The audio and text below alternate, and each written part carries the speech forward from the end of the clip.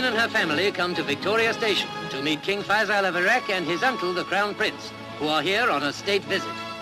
The Queen's floral pattern summer frock and straw hat, the Duke's uniform of an Admiral of the Fleet, and their guest's cream and gold tunic lend brilliance to the somber station as King Faisal meets the Queen Mother and Princess Margaret.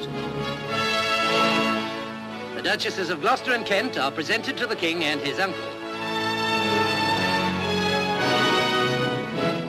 Next to be introduced are Sir Anthony Eden and members of his cabinet, followed by civic leaders and the heads of the three services.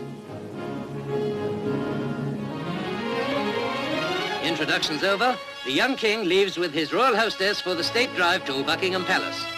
The visitors are evidently enjoying their welcome, and as they step into the sunshine of the station forecourt, they find a crowd of ordinary Londoners ready to add their welcome behind the scarlet ranks of the Guard of Honor. Greetings to the sovereign of a kingdom which, in the Queen's words, has become the model of a modern state, built on ancient and famous foundations and confidently facing towards the future.